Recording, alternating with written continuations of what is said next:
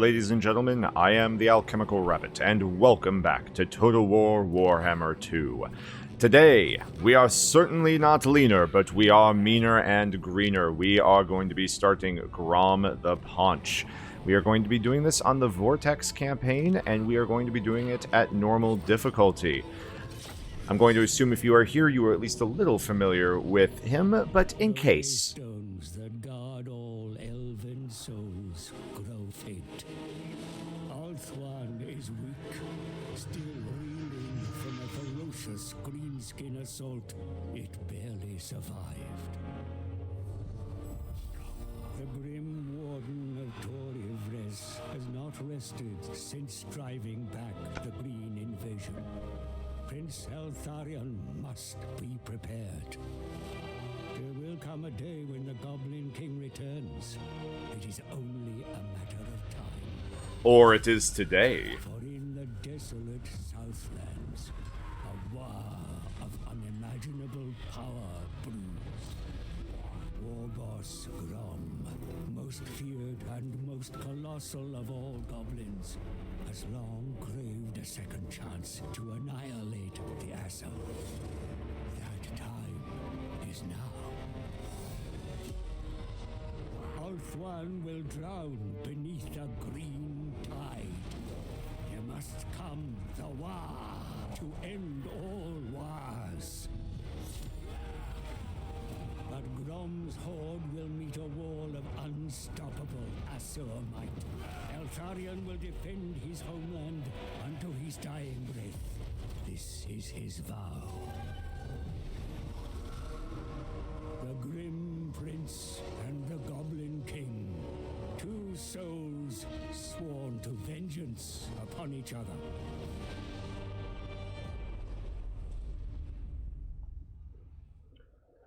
And there is your lead-in if you are not familiar. So, I have done 2 practice runs of Grom so far on my own time. I've gotten about 30 turns in on one, 50 turns in on the other, and I've learned a few things. One of them is, it's very easy to get overconfident in this campaign, and I need to be careful not to. The Paunch is back! Had a bit of time off, but enough rest and recuperation. Now, Grom is ready for some more fighting, looting, and most importantly, eating. Everyone thought I was done for after the punch up with the pointy heads. So now, I gotta remind all the boys who's boss. First, I's gonna smash these runty spider goblins, beat them all into submission. Next, we'll crump through the dead things in the desert, see if we can pick up a few stragglers from the Badlands on the way. Then, we're good to war. But the big prize is on the Pointy Heads Island across the sea. Oh, I once had me a good rampage up there, with the crazy shaman old Blacktooth egging me on. He said we had to destroy everything, as if I wasn't gonna. And then we ended up at the gates of that shiny old city.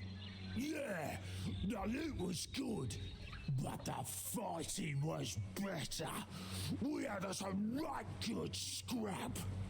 Then Blacktooth went and lost his head, and all the boys packed it in gates. That grim old pointy head thinks he's won, but it's time to show him Grom is still the best. And I could not have put it better myself. We are going to be playing with Grom's Cauldron. I am not going to be going into every specific detail about the new orc mechanics. If you're looking for that, I'm sure Creative Assembly has their own channels about it. If nothing else, you can go to Lionheart. He will definitely lead you down the right path. First, I've got to let those rat-nosed kids know the Goblin King's here. No better way than to take the stragglers' strongholds. If they've got a problem with it, I'll just have to make giblets out of them.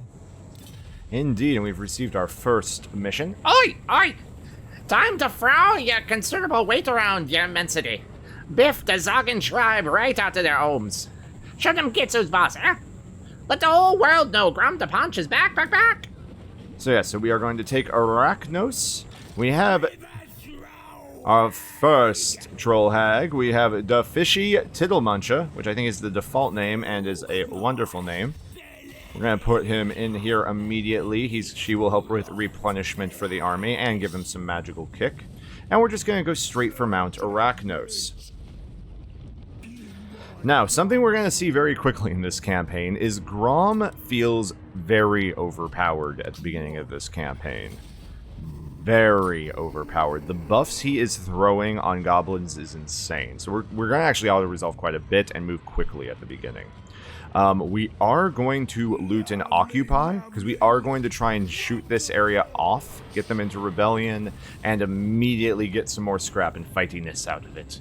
So good. Grom already got a ward save, upping his toughness. Love it. Stupid git still don't get it. I's the biggest round here. Ain't no one fit to rule these lands but me. If their boss don't bow to the Goblin King, I'll just do what I always do and squash him. You call that an empire? Wait, don't eat me yet, boss. Okay, hold on. All I'm just saying is that if you want the boys to do whatever he says, think about taking more of what's yours here first, is all I'm saying. So our next mission, we just need to complete this area. Now, the nice thing about the new orc mechanics, I'm not going to go into high detail with everything, but I will explain things. Meanwhile, we're going to repair Arachnos, and actually we're not going to bother keeping a barracks here. I will wait until we get Karak Zorn, and then we will go ahead and build that. Instead, just money. Going to need more money, money. Yeah, so the nice thing about the orcs is, if you kill the faction leader, you can take what you kill. Makes sense, right? You earn what you kill. What was it, the Necromunda way in the Riddick movie? Alright, so, Grom, before we finish our first turn, we are going to go ahead and... So I'm only going to do this with Grom, is I'm going to go very heavy into Snotling pump wagons on him initially. Only because I find them, until we really get the goblins buffed up, they will help us sort of clear out the first parts. Maybe not ideal, but it's what I have found to work so far for me. For right now, we're going to go into Route Marcher as is tradition, and we are going to start working on increasing the goblins immediately. Now, the thing that I have yet to figure out well in this game is when I'm supposed to transition from goblins into the bigger units. With Grom, it's not really necessary, but it's his lesser lords. Meanwhile, the Troll Hag, we're going to go... Actually, we're going to put the first point immediately into replenishment because we're going to need it. And we'll get more opportunities for talent points in a few minutes. With that, diplomacy as Grom is... kind of exists. Like, we're okay with this pirate. Everyone else hates us, which, I mean, can you blame them? Alright, so that's the first turn. Pretty efficient, I would say. Obviously, we probably could have lost less men, but not so much of a concern. Now then, next issue. Grom had been guilty of resting on his laurels in the past, especially when the spoils of war, and the ensuing victory banquets, were particularly good. If it had not been for the sinister encouragement of his power-crazed shaman, Old Blacktooth, Grom's ambitions may not always have been backed up by his actions, and he certainly wouldn't have gotten off his corpulent rump to lead Broken Axe's first invasion of Yavressa. Unfortunately, Blacktooth eventually had his head lopped off by the pointy-headed git Eltharion, but before that had absorbed copious amounts of power from destroyed wastestones. So much power, in fact, that it made him rather difficult to actually be killed, even after having his head severed from his body. Before Grom had given up on rallying his fleeing troops from Torv, he'd spotted his shaman's head on the ground, shrieking angry obscenities at him, so he put it in a jar before fleeing. Since that day, Blacktooth's head mostly spurted unintelligible nonsense. Being devoid of a body can do that to an orc. Recently, however, he started saying things that grabbed Grom's attention, claiming that he knew how to get the Wa going again. The first thing he suggested Grom do, however, is throw a feast to motivate the lads. Never turning down an excuse for a banquet, Grom bellows for them to grab some scrap to get the cauldron fire going. So, we need to get 50 scrap. We're at 46. That won't be hard. We will also get his head, which we'll show what that does in a little bit. And we need to get a Wog trophy. Those kids still don't respect you proper, boss. Only one thing for it. Stomped old Zoggin tribe. Show 'em there's a reason there's only one Gobbo King. Grom forever. So, we'll destroy this faction quickly. Don't you worry. So, what he's going to do is, Grom is actually, I could move Grom into their territory and start raiding and recruiting. The problem with that is it costs twice as much gold to recruit. Instead, if I just stand here and start recruiting goblins, let's see what happens. Alright. Come down here. What are we going to do down here? For right now, we're going to keep focusing money. We will put the spider building into Arachnos a little later. So that recruitment is going. Research is heading on. We don't have enough scrap or ingredients to cook yet, so we're waiting for that. But if I am correct about my Orky brethrens, there they are. Now here's the thing. I have no idea why they are attacking me here. I guess they just assumed I was going to run them over. Probably true. No reason to fight it. We're just going to do it. We're going to take the replenishment because I want to make sure we don't lose any units in this next fight. But as you can see, we are up to 50 scrap. It's only turn 3. So we finish that one. And of course, the leader of the Arachnos tribe has been defeated. This means that we can choose to confederate them, kill their faction leader and hurt our diplomacy, or help them. I don't see a reason to do anything other than this right now, so we will take it. And that gets us a new ingredient and the item, the head in the jar. We have confederated lots of notifications. So if we go to our fishy Tittle Muncher, we can see there's now a casting item, which is not available to Grom because he's not a caster. We're going to go ahead and give that to her. She'll find a use for here in a few. When we get into a fight, don't you worry. Meanwhile, Grom, please head into the Lost Plateau, which is, of course, your new home. Very good. So he is going to park his copious rump there and get some archers available. Yes. With that, we'll go down the red line and start buffing those goblins. Meanwhile, she will get her magic going. We are looking good. So income is flowing. And so we took the Lost Plateau, another place that has the Musta Fields, which we had, I think, also on Mount Arachnos. So we can see, like, we really don't need these. I mean, if we were going for Orc Boys in this army, it would be helpful, but we're not yet. And I don't know if we ever will in this region. This is sort of, because this area is so defended, I kind of want to lean into it just being super economy in here. We'll see if that works out. It may not, but we will start getting our campaign movement range up because that will be helpful for what we'll probably be doing later this week. Okay, we're good. And of course, let us not forget our 2 new ingredients. So if you don't know this system, the short version of it is you can combine 2 ingredients. They must be from different colors. So you can see you have green, red, blue, yellow, and orange. You can't have 2 ingredients from yellow together. But we have an orange ingredient, which is troll meat, and this green spore mushroom. Apparently you can unlock additional slots by completing food merchant challenges. I should keep that in mind. But by combining this, our entire army is going to get regenerations on the goblin units. So that's the infantry.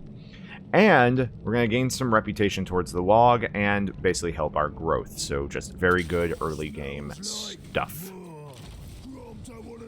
So as Grom and the tribe stuffed their faces around the banquet fire, Blacktooth's head started blabbering once again, excitedly exclaiming his great plan to get the horde together and go back to Tor Yavressa. It was obvious that the bitter shaman was after some long overdue revenge on the warden himself. The glint of the elven general's sword being the last thing the shaman saw before his untimely decapitation. Grom was too distracted to think about the crazy shaman's personal vendetta, since he had his own motivations to return to the pointy head's glittering city. He'd long dreamt of sailing back there to have another good scrap, but this time claiming the metropolis as his greatest prize.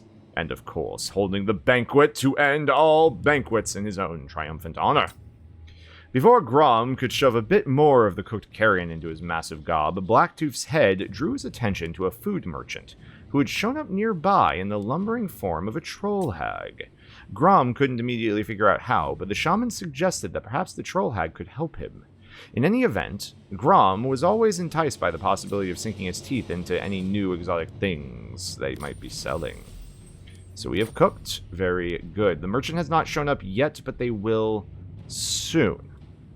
To this end, what we are going to start doing is we are going to consider our second lord. We are going to get him a little early, but that's okay. Neither of these are great. I don't think we want to go for any of the orcs because we are, of course, goblins. So I think we're going to go with local enemy province, huh? Alright, that sounds interesting. We'll go with Torcha. We're going to need a lord up here to start doing some work for us. It's costing us a little bit of money, but it will allow Grom the Paunch a little bit more freedom to move around. Because that food merchant is going to appear eventually, and we're going to get some other quests, and he can sort of make up his cost by dealing with that. So Grom the Paunch is looking good. So we can see, we can actually come all the way down here. And what I was seeing is if the food merchant would pop at this turn, and if so, I was going to go ahead and send that goblin. Because he isn't, I'm going to send him and march this way. Grom is hopping into ambush stance. And we're going to go ahead and talk to these dwarves who are sitting in our last city. Now, as you can see, they're stunties. We don't like them. We should never even, have been at peace with them in the first place. So let's start a war with them. Maybe saying, isn't that a little early? Shouldn't you wait until you're about to attack? Maybe. Let's see what happens. Meanwhile, back here, we are going to keep putting our focus into money. Once again, it's okay that obedience is going down. We want it to go down. Because we do want a rebellion eventually. So we've gone to war. What I'm hoping is that these guys can see this goblin. I don't think that they can, but I'm hoping.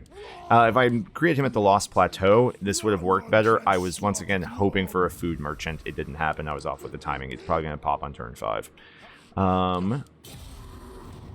So we go over. What do the dwarves do? They headed forward. So what? Okay.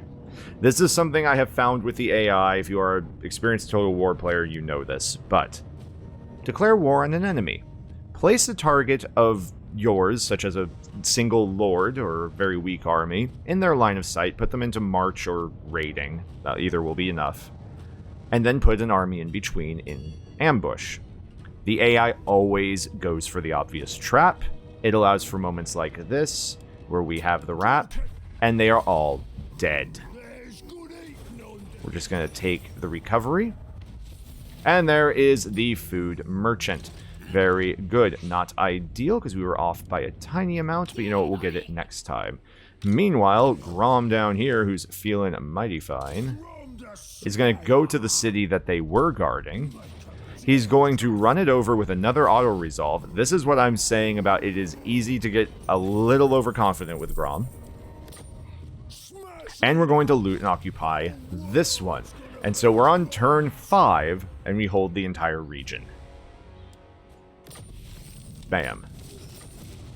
We're doing good. We're on to 5. We have over 10,000 gold. We have a second lord. And we can see that out here we have at least one island in the ocean. That's going to become important. It would be nice if it was a skull. It's not. That's fine, though. Alright, we have a couple of buildings we need to repair. Losing a lot of money, but that's fine. We're going to get the gold mine. Be fine in like 3 turns. There we go. What could you still use? You know, let's get another pump wagon. They're fun. And yeah, so I think that is a pretty good initial opening. And see, we can go ahead and get the goblins upgraded. We look over here, we're going to start going for Soul Blight to sort of help that armor, or to sunder the armor of the enemy, which will help us further dig in with those goblins. replenishment rate continues to go up, so we can really move Grom's army. You can see replenishment is skyrocketing already. And that is going to be it for the first episode, ladies and gentlemen. Like I said, it's been a while since I've done brand new factions on the channel. Please let me know what you think down in the comments, and please subscribe if you are brand new. Hopefully you've enjoyed yourselves, and until next time, I have been the Alchemical Rabbit, and I will see you later.